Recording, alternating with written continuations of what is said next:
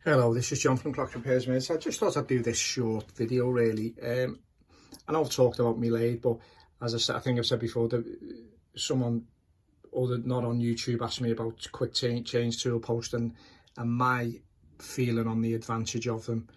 Okay, obviously the advantage of them is that you can actually obviously change the tools quite quick. Now I use a lot of different types of tools. Obviously we use some of the pre-made tools, you know, cut off tools. We use a lot of the sort of carbide, you know, insert type tooling, you know. And also if you have a look here, I make some stuff myself. We just buy the high speed steel and then we'll grind them and make them. And I find they give a nicer finish on, you know, brass and things like that. But you know, if you're going to be cutting metal and steel and things like that, you really do need carbide. You really do need carbide. And we have various holders. Now all I particularly do, I mean, you could keep a couple in this. This is not one of the better tool holders, by the way. You can get them sometimes with 4 spacers on them, and you can move the thing round itself. I pretty much just put the bits in them and I have them on my shelf. Just with the ones I'm going to use, it's pretty much only, you know, I get into corners with that, you know. But pretty much all we're making on this lathe is the likes of bushing, obviously. So obviously we're using our sort of drill, you know, our tail chuck, and we're coming in like that. And we're making bushes. It's going to be mainly for grandfather clock stuff, bushing on this, because it's a bigger lathe.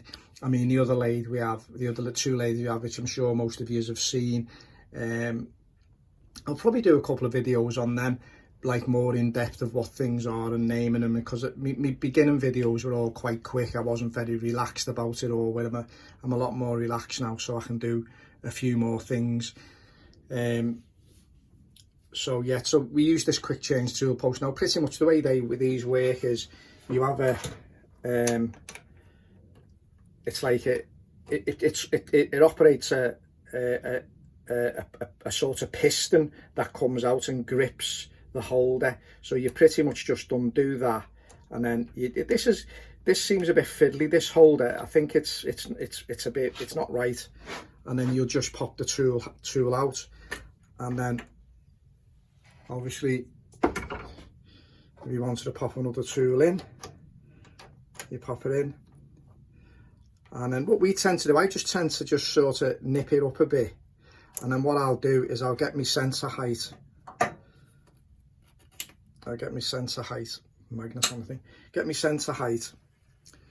I'll come in to the chuck, get the centre height of the chuck. I mean, I pretty much, you know, not guess it, but I'm usually I'm good with my eye now. I can pretty much get it bang on line with my eye. And then if I'm a little bit high or a bit low, I'll lower it just to make sure. Then what we'll do is we'll sort of put that in there, and then obviously with our Allen keys, we'll come in and we'll adjust up and down until it's, you know, where I think it's at centre, and then I'll just nip that up.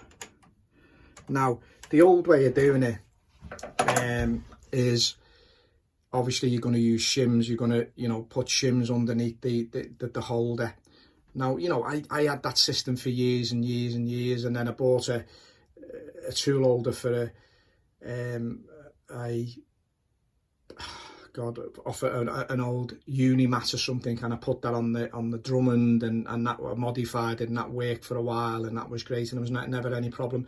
But the real beauty of a tool holder like this is it's the speed, and you can get the centre height, and you don't have to mess with shims. Now and if you're using all different tools as well, different size tools, you know, you can go from anything from, like, you know, 6mm up to sort of 12mm, you know, and you can adjust the height dead quick. I mean, if you're doing that with shims, it can be a bit of a pain in the bum really to do that. I mean, it takes a lot of time, and you know, they're pretty simple to sort out as well. I mean, you know, you change the, you know, you can pretty much, so you've got the, you know, you've got your original tool holder on anyway, and you just literally be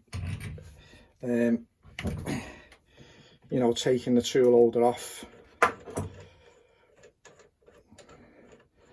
And if you get the right one, you can pretty much pop it on. I mean, I actually bought all this stuff. The one that was on it was absolutely battered. I mean, it was no good. So what I actually done was I put this new thread on. I obviously took the slide straight off. I think I'll try and get it off for you. I'll just show you what we've done. Make a bit of a video of it, eh? So I just pretty much took the slide off. And I used a piece of thread bar, that's just a shim. And what I've done was I got one of these half nuts, and I put that in there, and then I put that in, and then sort of tightened it down. And I think I used a bit of Loctite on it just to keep it in place. But then obviously once you put your tool holder on and then you've screwed it up, I mean, it's pretty tight. It's not going to really go anywhere. And as I say, we're not doing really heavy work. I'll put that down there for the time being. But yeah, the difference in just for interest, the difference in the Myford 7 and the Myford Super 7 is the length of this cross slide. You see, you can put a few more things on this cross slide. You can fit a few more things, and I think also, I mean, but I don't know whether you can on. You probably can on the Myford 7. I think you can. You know, you can put the milling attachments on it probably. I don't know 100%. I haven't really looked into it as much, but you know that's the advantages of this.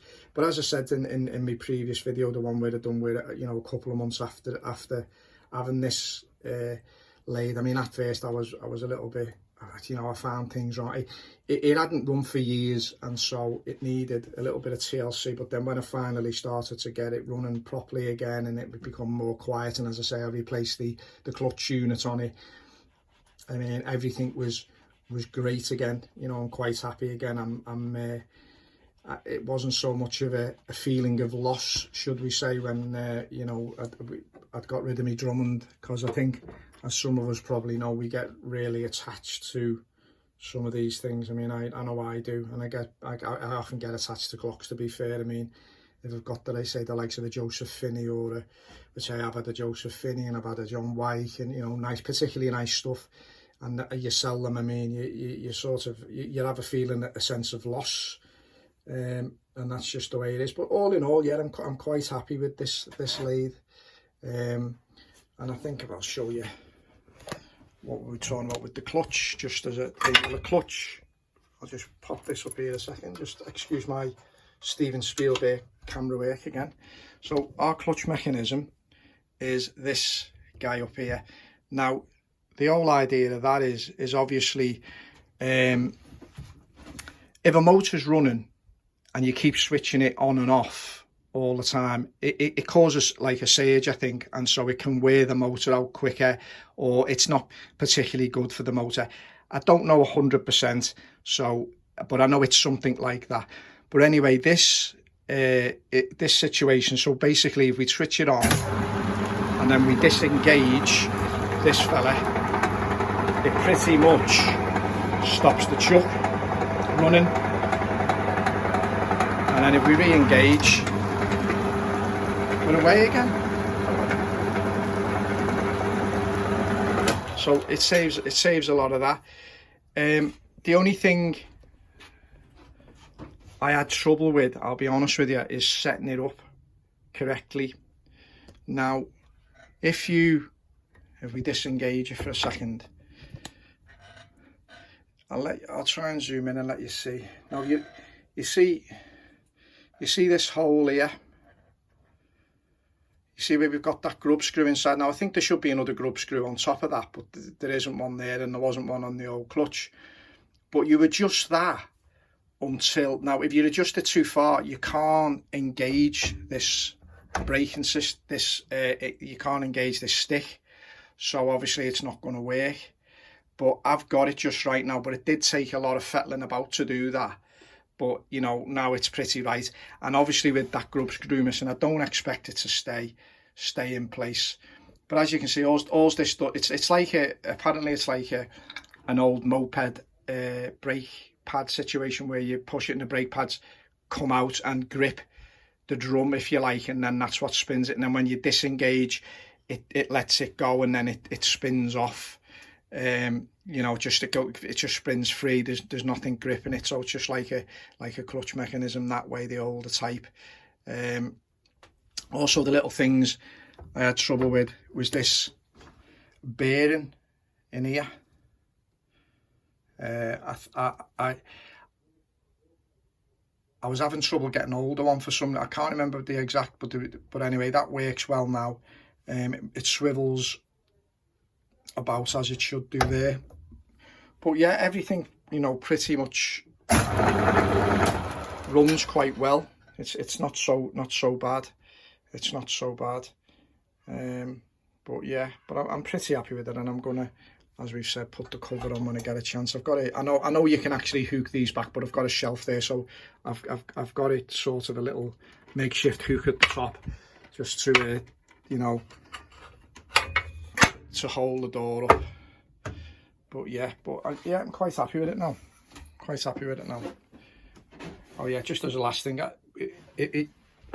I did have all the bits and pieces, the buttons for it, you know, the on-off, and a speed control for it, because as I said to you originally, when I got it, it did have a speed controller, a variac type unit, like, you know, for a DC conversion unit, and then obviously you'd have a motor, the DC motor, and it things, but it was getting too hot for my liking, it really was. I mean, something wasn't right about it, and I'd done a bit of reading, and apparently if you haven't got all the parameters set, the frequency, and that, it can cause the motor not to run right, and eventually it will burn it out. So I thought, oh, you know, I can't be bothered with all that. I mean, I just want to get on with my work. I'm busy enough. I don't need to be having problems. So I thought I'll just get a conventional motor and refit it. And I fitted this switch. They're about 15 quid, I think. And I cut the handle off this here, because obviously when you're near to the lathe and you're working, you could hit it and switch it on, if you know what I mean. So I thought to myself, you know, we don't want to, obviously when we're putting something in the chuck, we don't want it all of a sudden to kick off. So I thought I'll just cut that off there. Obviously that's why you have the stop and start button situation. It's much safer from that way. But yeah, that's really one of the things. I probably will at some point put a stop start on it. Also inside all that, I've just left it inside there. There's a dual switch as well. There was probably even before the buttons, I don't know for certain, but there was a dual switch as well. So all that was in there. I mean, these things there. I mean, and the stand it's on is the original type of stand. So it's quite heavy, that stand, to be honest with you. It's pretty solid. It's got an oil pump as well. I mean, so that stand actually slopes off, and it's got an oil pump, and obviously it'll drain into a thing, and it's got a filter, and then, you know, that type of thing. But yeah, for what we use it for, I mean, you know, our oil can is absolutely perfect. We don't have a problem. We just give the nipples a little bit of an oil, wipe it over when we've finished most of the time. Obviously this time it hasn't, so I was using it the other day to do something, and that's it really for that lathe. And as you can see, it's got the oil feeder next to me light there. I bought these lights as well, I think, off Amazon. They're quite good. They've got a magnetic base on them, but they're pretty good. They're pretty good. They give it, you know, they do the job really, really well. I mean, I think there was a light with it, with a bulb and that, but for me, you know, it was a bit cumbersome. I mean, we had a few of these, and you know, we've got one on our grinders. I mean, there's the grinder there we use to sort of make tooling, and that polishes a few bits and pieces. And there's our Wi-Fi connection. So we move from the 1950s straight into the 21st century. But yeah, so that's pretty much it on my lathe. And what I'm going to try to do, I've been talking to someone on the internet, he left some comments, hey up Tony, I think it is, you know, he went through a few ideas of me to get some kind of stand so I can YouTube me lathe properly, so when I'm making bushes I'd like to show people that. It may be of interest to somebody, but yeah, it's pretty much similar to what we do on a small lathe. What the thinking is on lathes, you can usually do some smaller jobs on a big lathe, but you can't do big jobs on a small lathe.